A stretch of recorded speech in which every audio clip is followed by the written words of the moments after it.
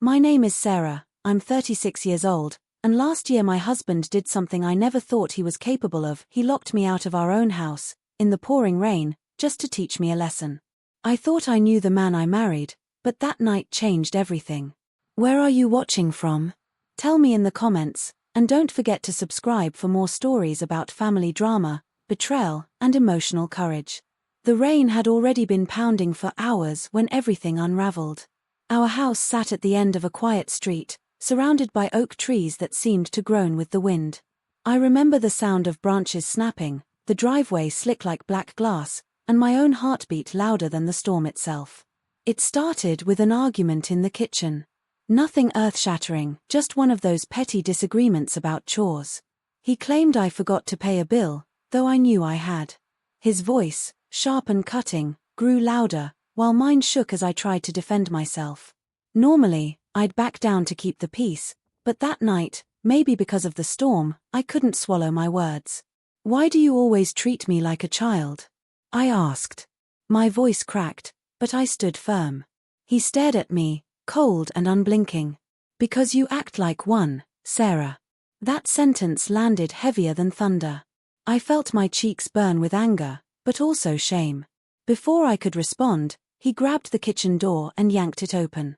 The gust of wind sprayed rain into the room. "You need to cool off," he said, almost smugly, and with one swift motion, he pushed me out onto the porch and slammed the door behind me. For a moment, I froze, convinced he'd unlock it again. This had to be a joke, right? Something petty to scare me. I knocked lightly, then harder, but the sound of the storm drowned me out. Through the thin curtain, I saw his shadow cross the living room. He wasn't coming back. The rain soaked through my sweater within seconds, chilling me to the bone. My hair clung to my face, and I tasted salt, whether from tears or rain, I couldn't tell. I stood there on the porch, trembling, staring at the locked door that should have been my safe place. I sat down on the wooden steps, my jeans heavy with water, and pulled my knees to my chest. The storm wasn't just outside, it was inside me too. Every clap of thunder echoed the words he had thrown at me over the years. "You're too sensitive. You don't think straight. You'd be lost without me." I had brushed those phrases aside before, convincing myself all marriages had rough patches. But sitting in the rain, shivering and abandoned, those words suddenly felt like chains I had been dragging unknowingly. Minutes stretched into an hour. I could see lights flicker in the neighboring houses, families probably gathered together, warm and dry. Meanwhile, I was left outside, like I didn't belong in my own life. At one point, a car drove past slowly, headlights catching me on the steps. I ducked my face, embarrassed, praying they wouldn't stop and ask questions. What would I even say? Yes, my husband locked me out to punish me. Please don't call the police, it's just a marriage thing. The thought made me nauseous. I tried the back door, circling around through the mud, slipping on wet leaves. Locked. Every window I touched rattled but wouldn't budge. He had made sure of that. Standing in the backyard, drenched and trembling, I thought of all the times I defended him to friends who raised their eyebrows at his jokes at my expense. I thought of my mother's warning before our wedding, "Sarah, be careful with men who always have to be right." I ignored her back then. Tonight, I wished I hadn't. My phone was inside, on the counter where I had left it while making dinner. No umbrella, no jacket, nothing but me and the storm. At one point, I went back to the porch and knocked again, this time harder, my fist aching against the wood. "David," I shouted. "Please, open the door." The curtain shifted slightly. I saw him peek out, then vanish again. He heard me, he just didn't care. That realization crushed me more than the storm ever could. I sank onto the porch swing, water dripping steadily onto the floorboards beneath me. My mind wandered to earlier days, our wedding day, his smile, the way he held my hand when I was nervous about speaking in front of guests. Where had that man gone? Or maybe he was never really there. Maybe I just believed in an image I wanted to be true. The swing creaked under my weight as I rocked gently, trying to calm my shaking hands. Lightning lit up the street, revealing the driveway glistening like a mirror. I thought about running. But where? Barefoot in the rain, with no phone, no wallet. My sister lived 3 towns away. My best friend had moved out of state. The truth was, I had no safe place except the one I was locked out of. Then came the sound that startled me more than thunder, a dog barking across the street. I looked up and saw my neighbor stepping out to calm his retriever. He glanced at me briefly but didn't linger. Relief washed over me. At least no one was calling the police or making a scene. But a different kind of ache settled in. Was I really that invisible? Hours passed like that. The storm never let up, and neither did my husband. He sat inside, watching television. I could see the flicker through the curtains. My teeth chattered uncontrollably now, my body weak and stiff. I curled up on the porch swing, wishing I could just close my eyes and wake up from this nightmare. But as I lay there, drenched and humiliated, another thought crept in, a dangerous, liberating thought. Maybe this wasn't punishment. Maybe this was proof. Proof that I didn't matter to him. Proof that I deserved better. And that thought, as cold as the rain was, felt like the first spark of warmth I'd had in hours. By the time the rain began to lighten, my body was trembling with exhaustion. I pulled myself up, leaned against the porch railing, and stared at the driveway. It stretched out like a dark river, leading nowhere, or maybe leading to freedom. I didn't know yet. But what I did know was this: something in me had shifted. The girl who used to make excuses for him was gone. The woman standing there, soaked and shivering, finally saw her marriage for what it was. That realization would change everything. The rain finally slowed to a drizzle, but my clothes clung to me like a second skin, heavy and cold. I was still leaning against the porch railing, my breath shallow, when headlights suddenly cut across the driveway. At first, I panicked, thinking it might be my husband leaving me stranded for the night. But then the truck came into focus, an old Ford, the first recognized instantly. My stomach twisted with relief and dread all at once. The driver's door opened, and a tall figure stepped out, pulling his jacket hood over his head. Even before I heard his voice, I knew who it was. Sarah. The tone was cautious, almost disbelieving. I straightened up, brushing wet hair out of my face. Mike. My voice cracked, hoarse from shouting and shivering. Mike Turner. My part-time bodyguard, though bodyguard always felt like too big a word for him. He was more like a watchful presence, a former Marine who now worked as private security in our town. I'd hired him months ago after a string of break-ins had left me rattled, especially when I was home alone. He usually checked on me after late shifts or when I drove back from the city. But tonight, he wasn't supposed to be here.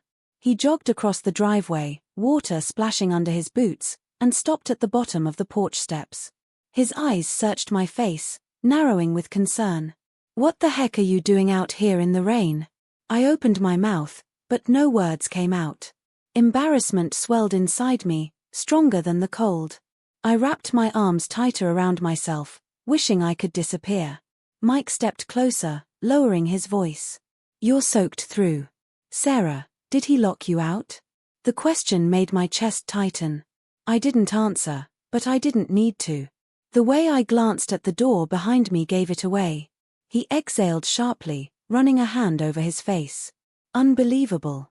His tone wasn't angry, not yet. It was the kind of tired frustration of someone who had seen too much of the world's cruelty already. "I'm fine," I lied, forcing a smile that trembled as much as my lips. "It's just one of those things." "One of those things," he repeated, disbelief clear in his voice. He shook his head. "Sarah, this isn't normal. You could get sick out here. You could." He stopped himself, his eyes softening. "You don't have to explain. Just, come on, let's get you warm." He shrugged off his jacket before I could protest and draped it over my shoulders. The fabric was dry, still holding the faint scent of leather and cologne. It swallowed me whole, but for the first time all night, I felt a shred of comfort. I whispered, "Thank you." The porch light flicked on suddenly, making both of us turn. Through the window, I saw David's silhouette in the living room. He hadn't opened the door. He hadn't said a word. He was just watching. My stomach knotted. "He's going to be furious," I muttered under my breath. Mike glanced at the window, then back at me. His jaw tightened. "Let him be. You don't deserve this." I wanted to argue, to defend my husband out of old habit, but the words never came. Instead, I sank onto the porch steps, pulling Mike's jacket tighter. He crouched beside me, careful not to crowd me, but close enough that I felt his presence like a shield. "You don't have to tell me everything," he said gently, "but, has this happened before?" I hesitated. The truth sat heavy on my tongue. "Not like this," I admitted. "But, he has his ways." Mike nodded slowly, as if he'd expected that answer. He didn't push further. Instead, he glanced toward the dark street, scanning like he always did, making sure no one else was around. Old habits from the military, I supposed. A gust of wind rattled the trees, and I shivered again. Mike stood. "Come on. I'll drive you somewhere safe. A diner, your sister's, anywhere you want." I stared at the door. My legs felt like lead. Part of me wanted to run, to climb into his truck and never look back. But another part was paralyzed, stuck in the cycle of loyalty and fear that had held me for years. I can't," I whispered. "He'll think." Mike cut me off, his voice firm but quiet. "Sarah. He already thinks less of you than he should. That's not on you. That's on him." The words struck something deep inside me. My throat tightened, tears stinging my eyes. I looked away quickly, embarrassed to cry in front of him. But Mike didn't flinch. He just sat back down, his broad frame hunched against the rain, patient as if he had all the time in the world. The sound of the front door unlocking made me jump. David didn't step outside, he just cracked the door and spoke through it. His voice was sharp, almost theatrical. "Well, isn't this a sight? My wife sitting on the porch with her bodyguard." He spat the word like an insult. I froze. Mike stayed calm, his gaze steady on the man inside. "David, I started, but he cut me off." "Get in here, Sarah," he snapped. "Now." Something inside me twisted painfully. For years, I'd obeyed that tone. But tonight, with Mike's jacket around me and his steady presence beside me, I couldn't move. My legs simply wouldn't obey. Mike's voice was low but steady. "She's cold and soaked because you locked her out. You don't get to bark orders right now." The silence that followed was heavier than the storm. I could feel David's glare from the doorway, even though the shadows masked his face. Finally, the door slammed shut again, the deadbolt clicking into place. I let out a shaky breath I didn't realize I'd been holding. "You shouldn't have said that," I whispered. "Somebody had to," Mike replied simply. My heart pounded in my ears. For the first time in a long time, someone had stood up for me, not in a shouting match, not in anger, but in a calm, steady way that felt unshakable. I stared at the locked door, then at the truck parked in the driveway. My reflection in the wet glass of the porch window looked like a stranger, drenched, weary, but maybe, just maybe, stronger than I thought. Mike shifted beside me. "Sarah, you don't have to decide anything tonight. But you can't sit out here until morning. Let me at least get you warm food and dry clothes." I opened my mouth to protest, then closed it. The truth was, I was exhausted. My body ached, my teeth chattered, and the idea of sitting in a diner booth with a cup of coffee sounded like heaven. Still, I hesitated, caught between fear of David's wrath and the quiet safety of Mike's offer. The rain began to fall harder again, drumming on the porch roof. I pulled the jacket tighter, staring out into the night. And for the first time, I wondered if the storm outside wasn't half as dangerous as the storm waiting inside. I didn't expect the silence inside the house to feel heavier than the storm outside, but it did. The bodyguard, Mark, stood in the entryway, rainwater dripping from his coat onto the hardwood floor. His presence filled the space with both safety and tension, like the moment before a storm shifts direction but doesn't pass. David's footsteps echoed down the hallway, sharp and impatient. He hadn't seen Mark yet, but the moment he did, the air seemed to freeze. His eyes narrowed, his lips pulled tight, and his voice cut through the quiet. "What is he doing here?" I swallowed hard, standing between them instinctively, though my knees threatened to buckle. He saw me outside. In the storm. David's gaze flicked toward me, then back to Mark, his jaw tightening. "This is my house. My wife. You're not needed here." But Mark didn't move. He didn't raise his voice, didn't challenge him outright. He simply folded his arms, rain-soaked sleeves creasing against the muscle of his forearms, and said calmly, "With all due respect, sir, she looked like she needed help." That one sentence cracked something open. David's eyes darted back to me, scanning for weakness, for submission. But I stayed still. My heart pounded, my hands shook, but I didn't look down. For the first time, I didn't scramble to soothe him. The silence stretched thin, sharp as glass. Finally, David muttered under his breath and stormed into the living room, the weight of his anger vibrating through the floorboards. I turned to Mark, whispering, "Thank you." He gave a small nod, eyes softening for a fraction of a second before he followed my husband's path with careful, guarded steps. His instincts were sharp. He knew danger wasn't just in shadows, it lived in walls like these. The living room felt colder than the storm itself. David had poured himself a drink, the glass clinking hard against the counter. He didn't look at me when he spoke. "So now you've got an audience for your little performance." The words cut deeper than I expected. He wasn't just angry, he was dismissive, as if my pain had been a stage act.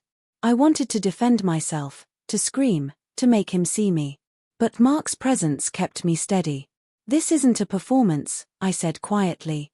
David finally turned, his face flushed. "Then what is it, Sarah? A cry for attention? You lock yourself out, stand in the rain, and suddenly he's the hero?"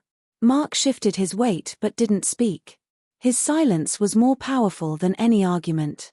I took a breath. "I didn't lock myself out. You locked me out." The room stilled. For a moment, I thought the storm outside had silenced itself just to listen. David laughed. It wasn't warm, wasn't amused, it was sharp, hollow, and cruel. "Oh, come on. Don't play the victim." I flinched at the word. Victim. He used it like an accusation, not a description. But this time, instead of shrinking, I stood taller. "I'm not playing anything. I'm telling you what happened." Mark's gaze flicked between us, watchful. The divide in the room wasn't just emotional anymore, it was physical. One side of the space belonged to David, standing with his drink like a shield. The other side felt like mine, grounded in the truth I had finally spoken aloud. And right there, between us, stood the unspoken reality. Our marriage wasn't a partnership anymore. It was a battlefield. David paced, the ice clinking in his glass. His words came quick, sharp, the way they always did when he felt control slipping. "You think anyone's going to believe that? That I locked you out? That I'd do that to my own wife? No one will take your side." The certainty in his tone had once terrified me. But tonight, with Mark's steady presence, the threat felt thinner, less solid. "You don't need to convince anyone," I said softly. "I know what you did." His steps faltered. For just a second, uncertainty flickered in his eyes. That was when I realized, the truth itself was powerful, even if it lived only between us. Mark finally broke his silence, his voice low but firm. "I don't mean to intrude, but maybe it's best if I stay tonight. The roads are dangerous." David's head snapped toward him, fury flashing. "You're not staying in my house." But before I could second-guess myself, the words left my mouth. "He can stay." The air shifted instantly. It wasn't just defiance, it was a declaration. A small one, maybe, but enough to draw a clear line in the sand. David's face hardened. He slammed his glass on the counter, liquid spilling over the rim. Without another word, he stormed upstairs, footsteps heavy on each stair. A door slammed. The silence that followed was deafening. My body sagged with exhaustion, but my chest felt strangely lighter, as if some invisible weight had cracked loose. Mark glanced at me, his brow furrowed with concern. "You okay?"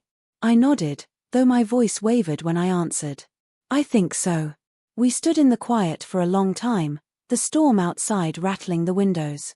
For the first time in years, I wasn't afraid of the noise inside the house. I was aware of it, yes, but I wasn't shrinking beneath it.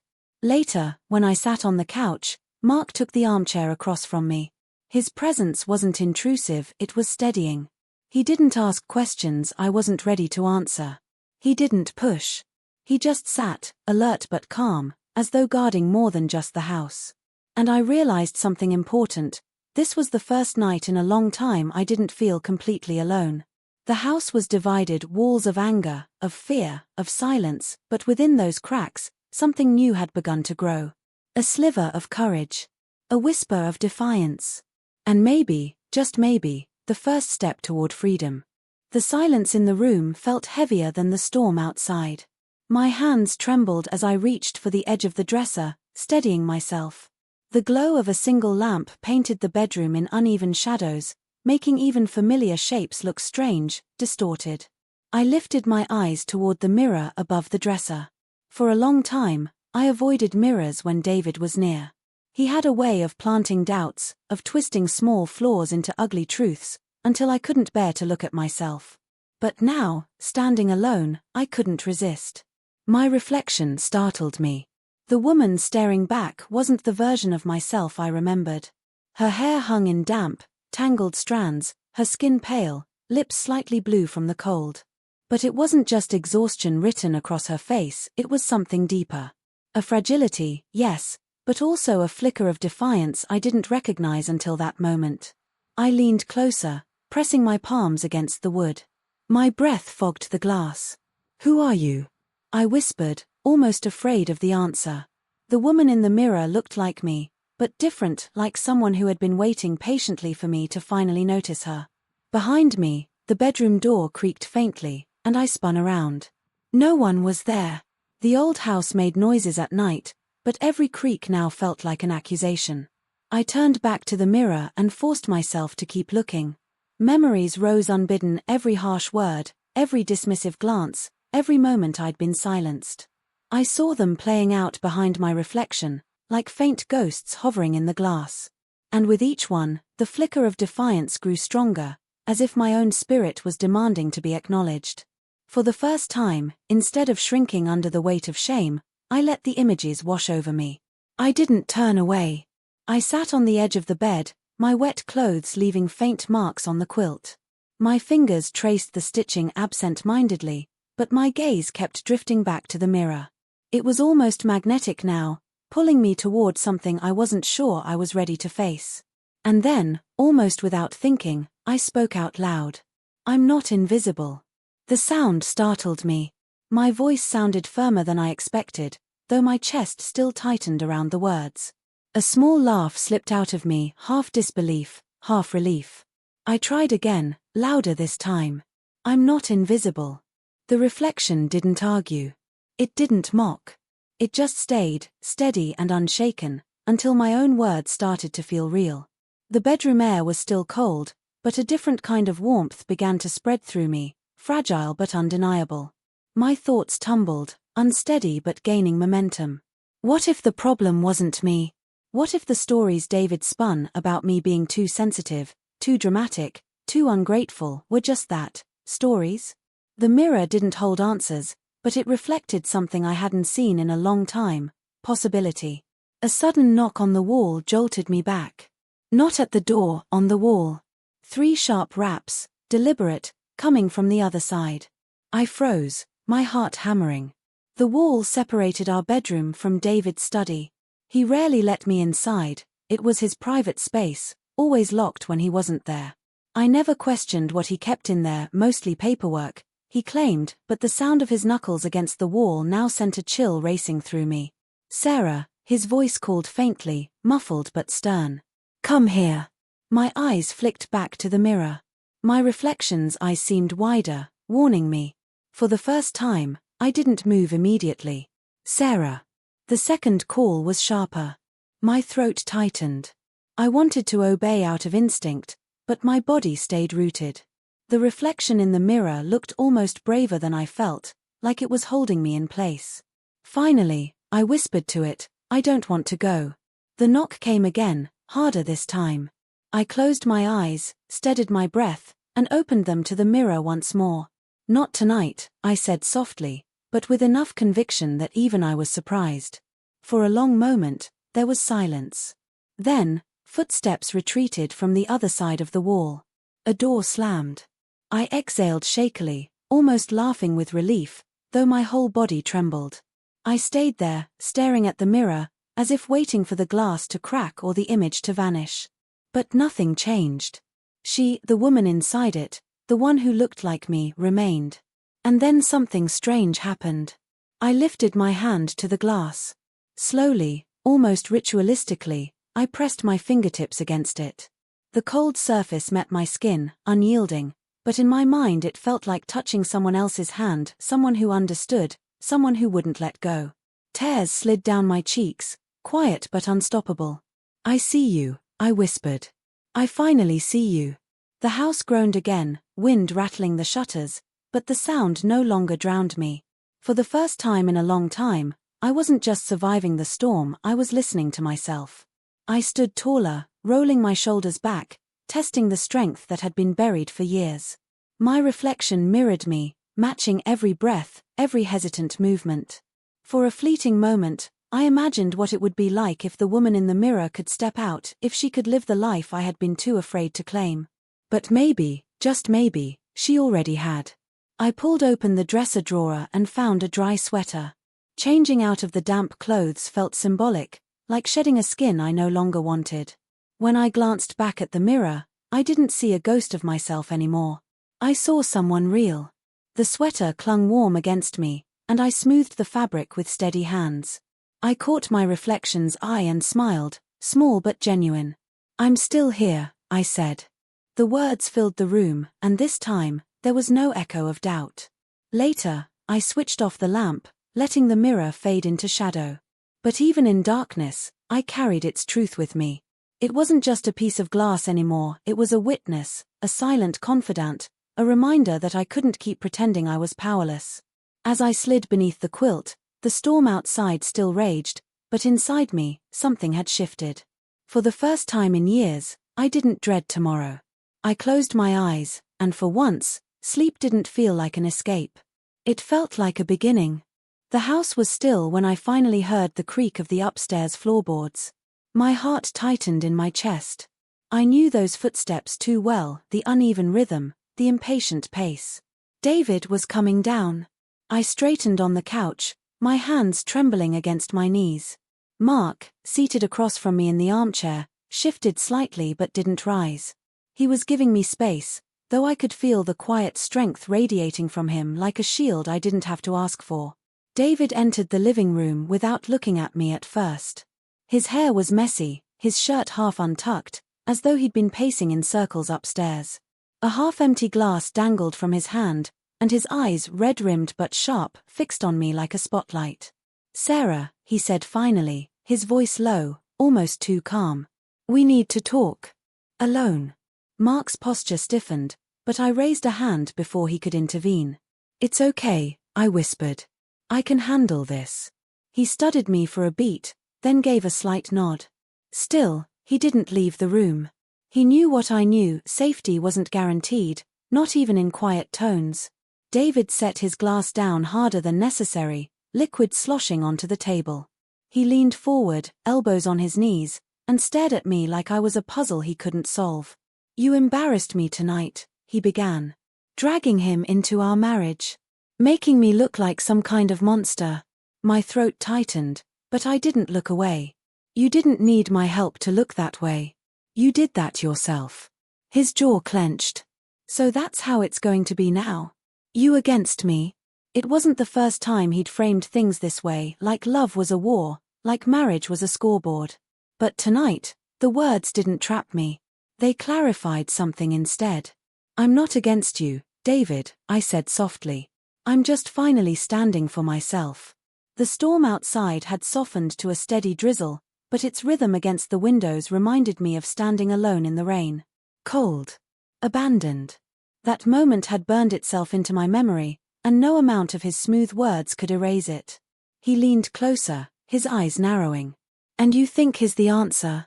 He jerked his chin toward Mark. "What, you think you need rescuing? That I'm the villain here?" Mark didn't flinch, didn't take the bait. His silence was powerful. I drew a shaky breath. "I don't need rescuing, David. I needed respect. And you've never given me that." The words felt like they'd been caged inside me for years, and now, finally, the lock had snapped open. David's face darkened. Respect.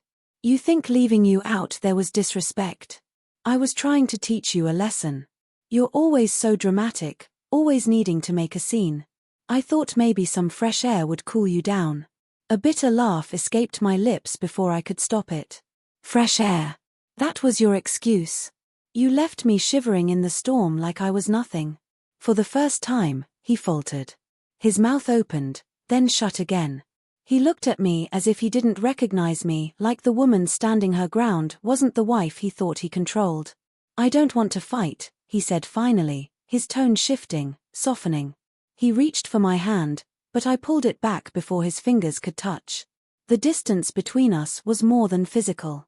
You don't want to fight, I repeated, my voice trembling but firm, but you've been fighting me every day of this marriage. With your silence, with your mocking, with the way you make me small. His eyes widened at the word. Small. He had never heard me say it out loud, though he had spent years ensuring I felt it. You're twisting this, he said quickly.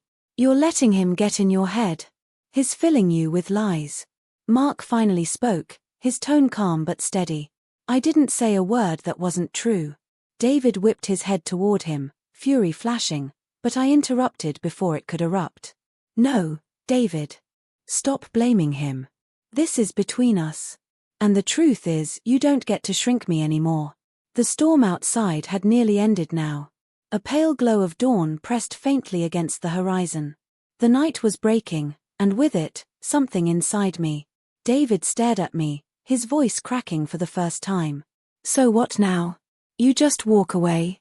You throw everything we built in the trash because you're upset over one mistake? I stood slowly, my knees shaking but my spine straight. This isn't about one mistake. It's about years of them.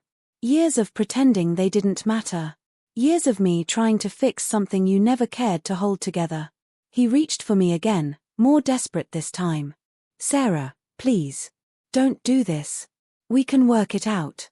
I'll change. But I heard the hollow echo in his words. I'd heard them before, dressed in different clothes, spoken after different wounds. And they had always dissolved into the same patterns. I used to believe that, I whispered. But not anymore. Mark rose then, not as an aggressor, but as a silent witness to my choice. His presence reminded me I wasn't as alone as David wanted me to believe. I walked past David, my footsteps steady. Each step felt like a small act of freedom, a tiny fracture in the chains I had carried for too long. David's voice cracked behind me. If you leave now, don't come back. I paused at the door, my hand on the knob. The storm clouds outside were lifting, streaks of early sunlight breaking through. For the first time in years, I didn't feel afraid of his threats. I felt free. Without turning, I said quietly, I wasn't planning on it. The morning air was cool, damp from the rain, but it felt like a blessing. I inhaled deeply, the scent of wet earth filling my lungs. Mark followed me outside, but he didn't speak. He didn't need to. His silence was respectful, steady, letting me feel the weight of my choice. I stepped off the porch, my shoes sinking slightly into the soft, rain-soaked ground. The storm had left everything glistening, trees dripping, grass sparkling, streets shining under the faint light of dawn. And in that moment, I understood something simple but powerful. The rain hadn't ruined me. It had revealed me. For years, I had chosen the storm, believing it was love, believing the cold was something I deserved. Tonight, standing outside again, I realized I had a choice all along. I turned to Mark, my voice low but steady.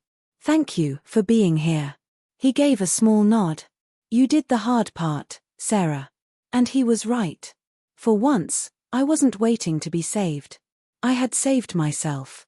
As the sun broke through the last of the clouds, I walked forward. Each step carried me farther from the storm, closer to something I didn't yet fully understand but knew I wanted: peace, dignity, light. I didn't know exactly what the future held. But I knew one thing with absolute certainty: I would never again stand in the rain, waiting for someone else to decide if I deserved to come inside. This time, I chose the light.